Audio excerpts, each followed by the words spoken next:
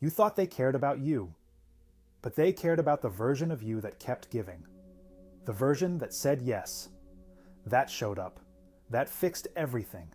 That made their life easier. And now that you've stopped, they're gone. This is about the pain of being loved for your usefulness, not for your existence. Real love doesn't feel like a receipt, but sometimes it does. They were kind when you served a purpose. They were present when you were convenient. But when you got tired, when you had nothing left to offer, they vanished. And you're left wondering, was any of it even real? You became the strong one, the fixer, the reliable one. You didn't ask for that role, but you learned early. It was the only way to earn love. Be helpful, be needed, don't complain, don't ask for anything, because asking made you a burden. The day you set a boundary, you became selfish. The moment you said no, they got distant. You stopped overgiving and they stopped calling. It's not that you changed. It's that you stopped performing. And they were never there for the real you, just the useful you. What they called love was control. What they offered was convenience. You weren't loved. You were used. Because real love doesn't disappear the moment you have needs. Real love doesn't punish you for resting, for falling apart, for being human. This kind of love rewires your identity.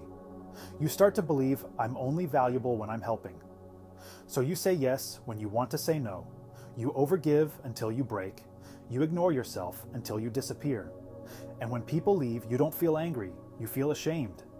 Like you failed at being enough. But here's the truth. You were never supposed to earn love. You don't have to prove your worth. You don't have to be useful to be wanted. The bravest thing you can do is stop performing. Let them leave.